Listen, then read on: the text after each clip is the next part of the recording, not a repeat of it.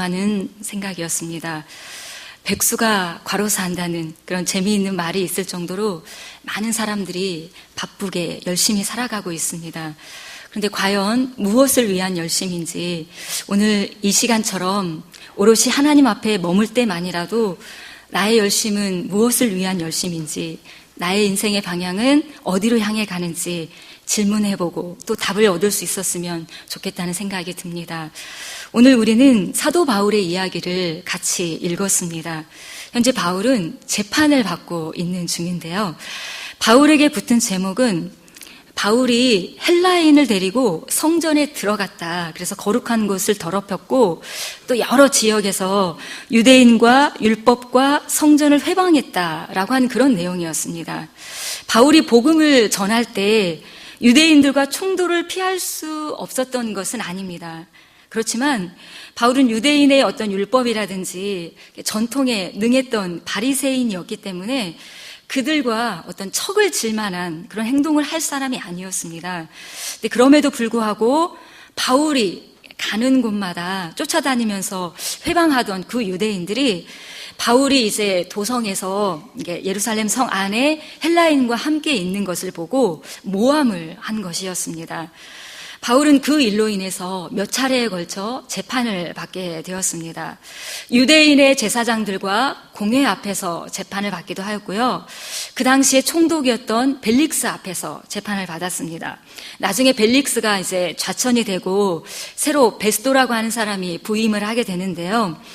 새로 부임한 총독 베스도와 그리고 헤롯 아그리파 2세 그리고 그의 아내인 버니게 앞에서도 재판을 받게 되는데 오늘 그 재판에 대한 이야기들을 같이 이렇게 나누고자 합니다. 마치 재판을 받고 있는 이 바울의 이야기를 읽으면 마치 큰 죄를 지어서 이렇게 구금을 당하고 또 이렇게 매를 맞기도 하고 종교 지도자들 앞에서 세상의 권력자들 앞에서 고통을 당하고 있는 것처럼 그렇게 보였습니다. 그렇지만 사실 이것은 하나님이 바울에게 미리 보여주신 시나리오의 일부분이었습니다. 하나님이 바울에게 나타나셔서 앞으로 너의 가는 길에 어떤 일들이 이루어질 것이다 라고 이렇게 예고하신 말씀이 있는데요. 23장 11절의 말씀입니다. 23장 11절의 말씀 같이 읽도록 하겠습니다. 그날 밤에 주께서 바울 곁에 서서 이르시되 담대하라. 내가 예루살렘에서 나의 일을 증거한 것 같이 로마에서도 증거하여야 하리라 하시니라.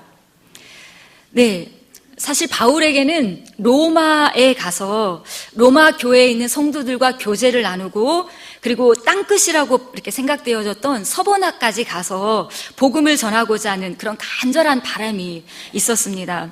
1차, 2차 이런 전도 여행을 하면서 바울은 복음을 전하는 일에 대해 어떤 열정이 더욱더 불타오르는 그런 것을 느꼈는데요. 할 수만 있다면 온 세계를 향해서 복음을 전해야겠다라는 그런 마음이 있었습니다. 그래서 사람들이 가지 않는 곳, 아직 복음의 발길이 닿지 않는 그 땅끝까지 가서 복음을 전하고자 하는 그런 간절한 소원이 있었다는 겁니다. 그런데 이 바울의 바람은 바울이 계획한 대로 사실 이루어지지는 않았습니다. 그렇지만 그렇다고 해서 바울이 꿈꾸었던 그런 꿈이라든지 비전이 좌절된 것은 아니었습니다. 오늘 23장 11절의 말씀에서도 하나님이 바울을 로마로 보내실 것이다 라는 생각을 우리가 해볼 수가 있는데요. 오늘 읽은 본문의 마지막 부분에 바울이 로마로 가게 되었다는 사실을 우리가 확인할 수 있는데요. 비록 바울이 원했던 대로 자유로운 몸으로 로마로 가게 된 것은 아니지만 하나님께서 이 바울이 품었던 어떤 간절한 마음의 소원을 따라서 바울을 로마로 이끌어 가시는 것을 우리가 알 수가 있습니다. 이 바울에게는 별명이 있었습니다. 어떤 별명이 있었을까요? 혹시 아세요? 바울에게 붙어있는 별명들이 몇 가지가 있는데요. 24장 5절에 이런 말씀이 있습니다. 우리가 보니 이 사람은 연병이라 천하에 퍼진 유대인을 다 소욕해 하는 자요 나사렛 이단의 괴수라 라고 말하고 있습니다. 참 붙어도 이런 별명이 붙었다는 건 참 그런 것 같아요. 연병이 이렇게 얼마나 좋지 않은 병이죠. 연병, 그리고 소란케 하는 자, 나사렛 이단의 괴수. 이거는 누가 보아도 좋은 이렇게 별명은 아닌 것 같습니다. 그러니까 지난주에 우리 샘골 푸른대학에서 효 잔치가 있었는데요. 저희가 어르신 한 분 한 분 가슴에 꽃을 이렇게 달아드렸습니다. 그런데 이제 우리 대학에 나오시는 한 어르신이 한 번은 제 손을 꼭 잡으시면서 이렇게 인사를 해주시는데요. 제가 언제 봐도 이렇게 순하디 순한 어린 양, 순하디 순한 어린 양 같다고 그렇게 이렇게 이야기를 해주시더라고요. 천하를 어지럽히는 그런 연병보다는 순하디 순한 양처럼 생겼다는 말이 더 좋은 느낌을 주는 것 같습니다. 그렇지만 속도 또 그럴까요? 바울에게 따라붙은 이 표현들은 바울이 그동안 얼마나 치열한 삶을 살았는가를 보여주는 그런 말입니다. 연병이라고 하는 것이 얼마나 무서운 병입니까? 아주 오래전에 토지라고 하는 드라마가 있었습니다. 재미있게 이렇게 봤던 기억이 있는데요. 그 드라마의 한 장면 중에 그 마을에 돌림병이 돌았어요. 그래가지고 그 마을에 많은 사람들이 죽어나가는 그런 장면들이 있었습니다. 그런데 마을에 돌림병이 돌았는데 아무도 그 돌림병을 막을 수가 없었습니다. 원인도 찾을 수 없었고 또 처방도 할 수 없어서 그냥 집집마다 죽어있는 그 시체들을 모아다가 불에 태우고 돌림병이 얼른 지나가기를 바랬던 그런 장면들이 지금도 제 기억에 남아 있습니다. 그런데 바울이 그 연병과 같다라고 그렇게 성경에서 사람들이 그렇게 이야기하고 있다는 겁니다. 바울은 하나님께서 유대인들을 향해서, 그러니까 세상을 향해서 던지신 다이너마이트와 같은 그런 사람이었습니다. 그 파급력이 얼마나 셌던지 바울이 가는 곳마다 수많은 사람들에게 어떤 동요, 변화, 도전들이 일어나게 되었는데요. 그 많은 사람들 가운데 예수님을 믿게 되는 많은 사람들이 있었습니다. 그래서 이 바울이 나사렛 이단의 괴수라고 하는 말은 바울이 전하는 복음의 능력이 이 유대인들 사이에서 얼마나 큰 파급력이 있었는가라고 하는 것을 우리에게 반증해주는 그런 말이라고 할 수가 있습니다. 유대인들이 기독교를 박해했던 까닭은 기독교를 유대 교회 한 2단 정도로 그렇게 봤기 때문이었습니다. 우리 교회가 신천지라든지 이 하나님의 교회를 2단으로 보고 있잖아요. 그래서 우리가 교회에 발도 못 붙이게 하고 상종도 하지 않는 그런 것과 같은 원리라는 겁니다. 바울이 교회를 핍박했던 이유도 같은 이유였습니다. 하나님에 대한 열심이 특심이었던 바울의 그 눈에 비춰진 교회는 그냥 2단 중에 2단이었던 거예요. 세상에 박멸해야 될 그 연병 중에 연병이 바로 교회와 그리스도인이라고 그렇게 여겨졌기 때문에 바울은 교회를 핍박했던 것입니다. 바울이 나사렛 예수의 이름을 대적하고 교회를 핍박하는 것이 하나님을 위해서 할 수 있는 최고의 사명이라고 굳게 믿고 있었다는 겁니다. 사실 바울은 생각보다 훨씬 강한 사람이었습니다. 대제사장들에게 권세를 받아서 많은 성도들을 옥에 가두었고 또 그 성도들을 죽일 때 여기 성경에 보니까 가편 투표를 하였다라고 그렇게 이야기하고 있더라고요. 스데반 집사가 처음 순교했을 때 그 돌을 던지는 그 사람들의 옷을 지키고 있었던 사람이 바로 바울이었습니다. 회당에서 성도들을 강제로 이렇게 모독하는 말을 하게 하였습니다. 그리고 그들을 향해서 그 분노가 너무 화가 나니까 아예 막 그러니까 다메섹까지 가서 핍박을 했던 그런 사람이었다는 거예요. 바울이 자기의 사도권을 강하게 주장하면서도 다른 사도들보다 자기 자신을 지극히 작은 자라고 그렇게 스스로를 낮추었던 까닭은 이렇게 비록 알지 못하고 행하는 그런 일이었을지라도 교회를 핍박했던 일들이 결코 작은 일이 아니었기 때문이었습니다. 그런 바울에게 무슨 일이 벌어진 것일까요?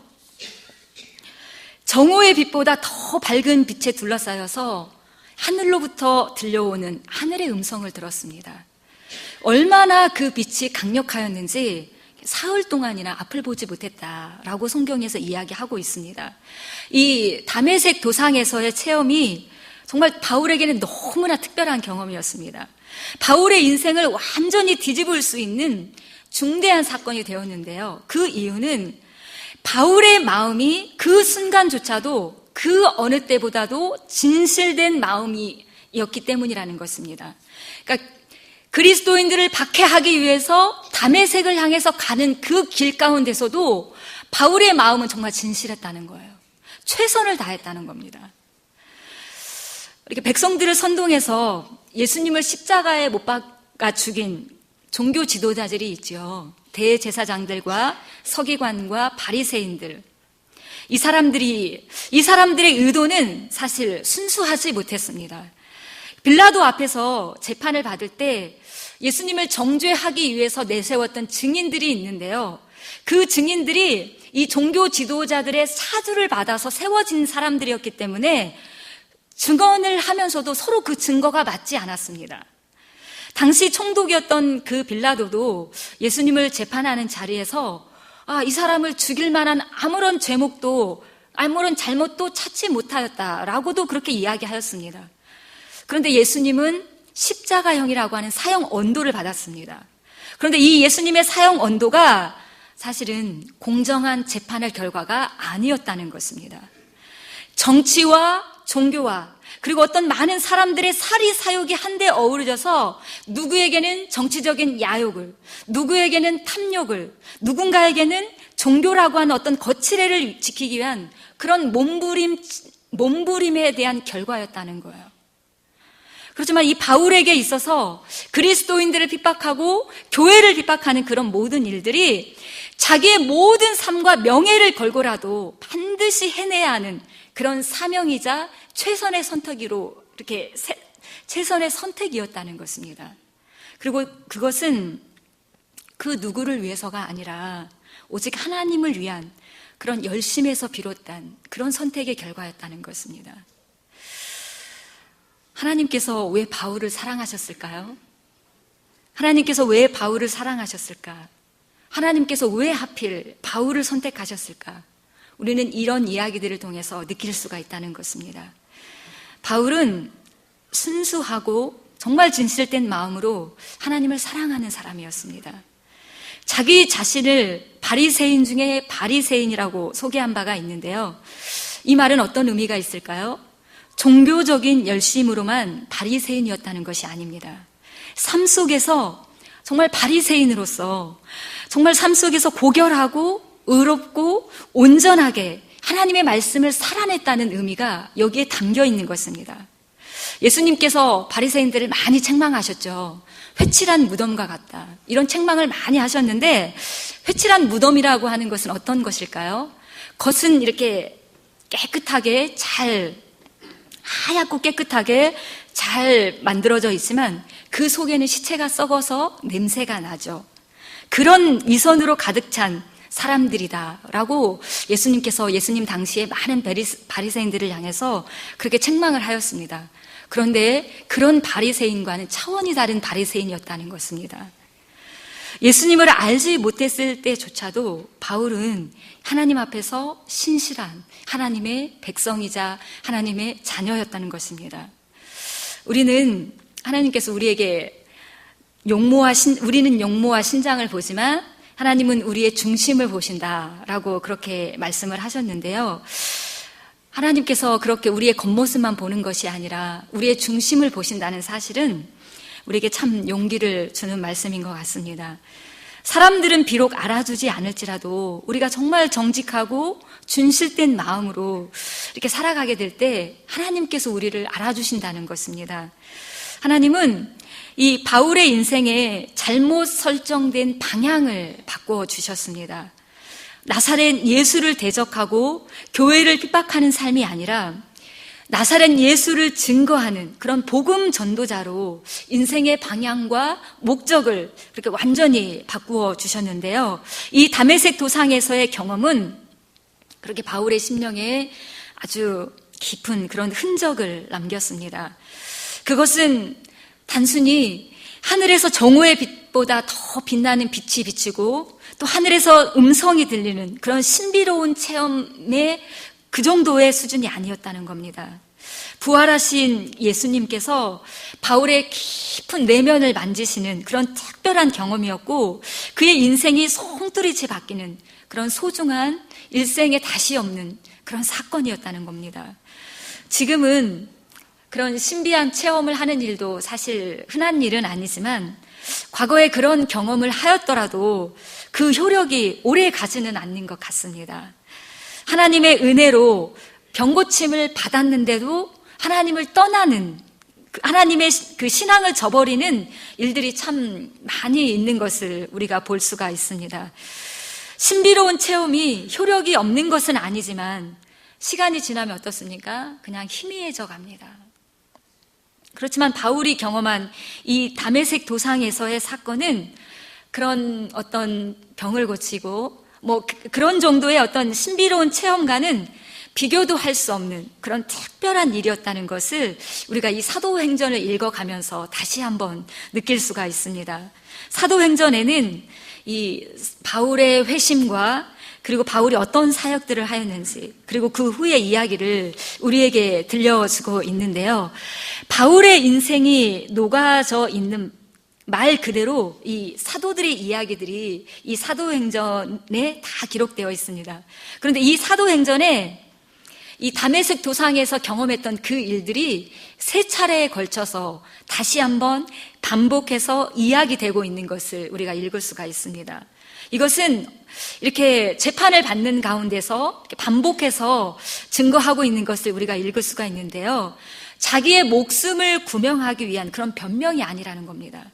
자기가 이렇게 미친 사람처럼 복음을 전할 수밖에 없는 이유를 설명하기 위해서 이 복음 전도자로서의 사명이 어디로부터 기인한 것인가 하는 것들을 이야기하기 위해서 그 시작점이라고 할 수 있는 이 다메섹 도상에서의 이야기를 하지 않을 수 없었다라고 하는 것입니다.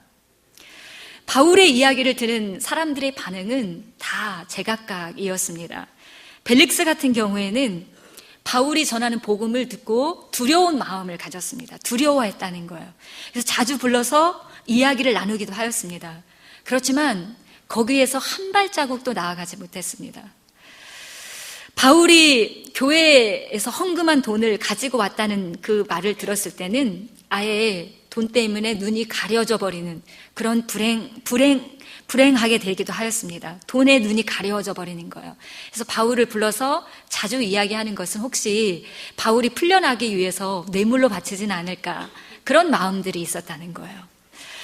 헤롯 아그리빠 2세 그리고 그의 아내인 버니게는 바울의 말을 듣고는 이렇게 이야기하였습니다. 24절의 말씀인데요. 24절의 말씀 같이 한번 읽도록 하겠습니다. 바울이 이같이 변명하매 베스도가 크게 소리하여 가로되 바울아 내가 미쳤도다. 내 많은 학문이 너를 미치게 한다 하니, 28절에서는 내가 적은 말로 나를 권하여 그리스도인이 되게 하는도다 라고 이야기하고 있습니다. 바울이 들려주는 복음을 주의 깊게 들었습니다. 그렇지만 그들은 믿음으로 화답하지 못했습니다. 그들이 생각하기에 바울이 하는 그 모습이 우습게 보였는지도 모르겠습니다. 헤롯 아그리빠 2세는 예수님이 태어나셨을 때 2살 아래 어린아이들을 죽였던 그 사람의 손자인데요. 최고의 권력을 가지고 있었습니다. 분봉왕으로 이렇게 그 예루살렘 지역을 이렇게 다스리고 있는 그런 상태였는데요. 화려한 왕궁에서 호의호식하면서 뭐 하나 부족한 것 없이 그렇게 호사를 누리고 있던 사람이었습니다. 말 한마디로 바울에게 얼마든지 해를 끼칠 수 있는 그런 권한을 가지고 있는 그런 사람이었다는 거예요. 총독 베스도는 어떻습니까? 베스도는 로마 사람이었습니다. 로마인으로 철저하게 훈련을 받고 그 실력을 인정받아서 이 예루살렘의 총독으로 그렇게 발령을 받기도 하였습니다.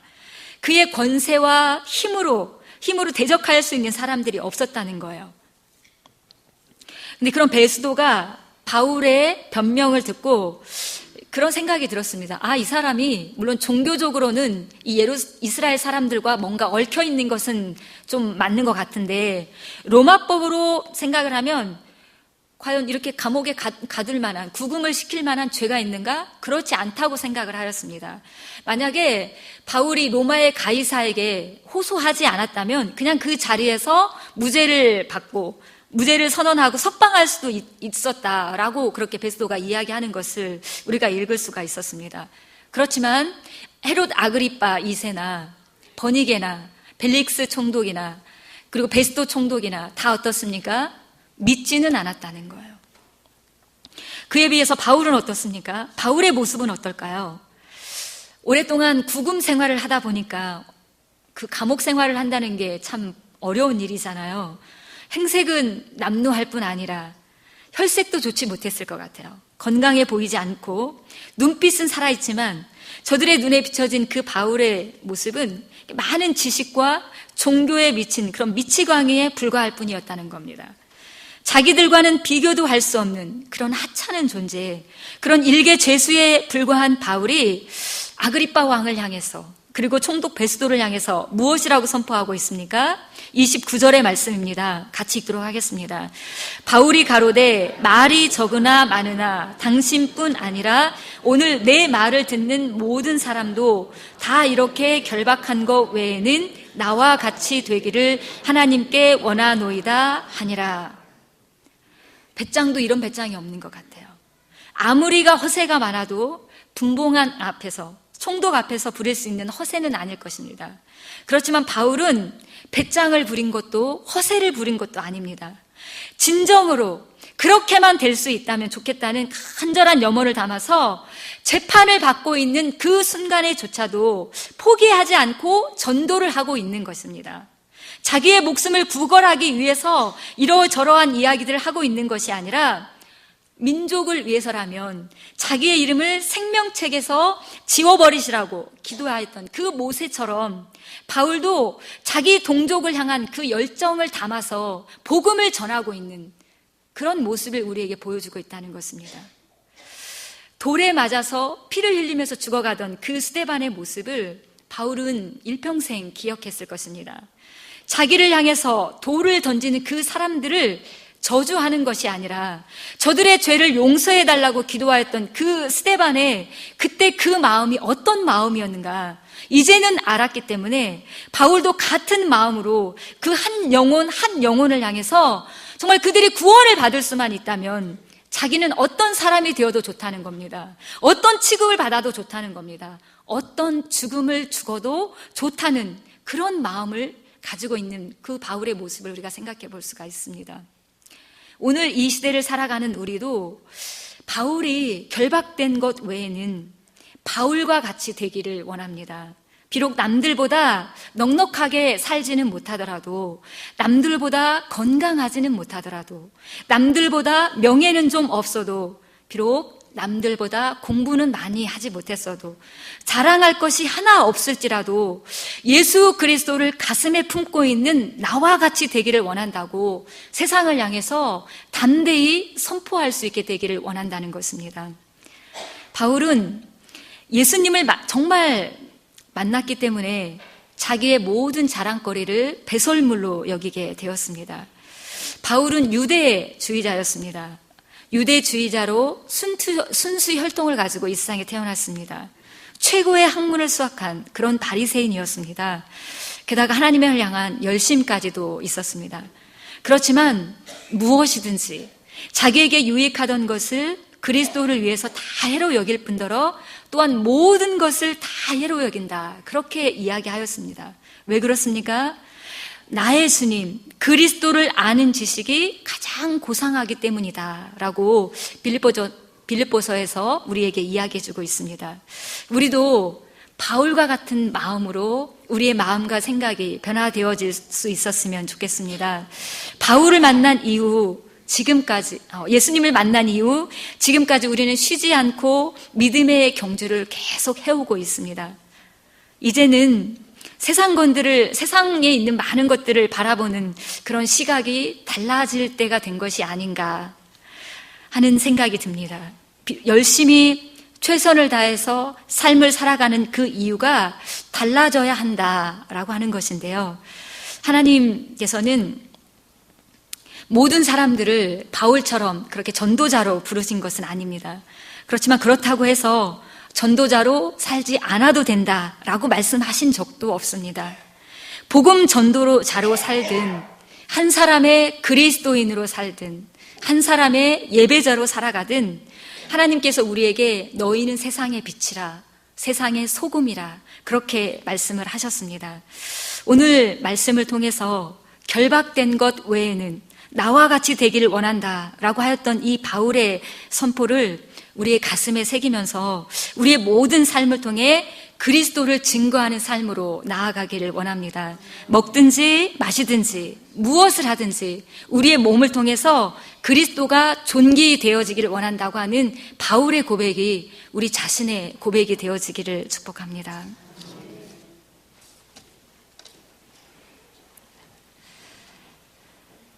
하나님 아버지 감사합니다.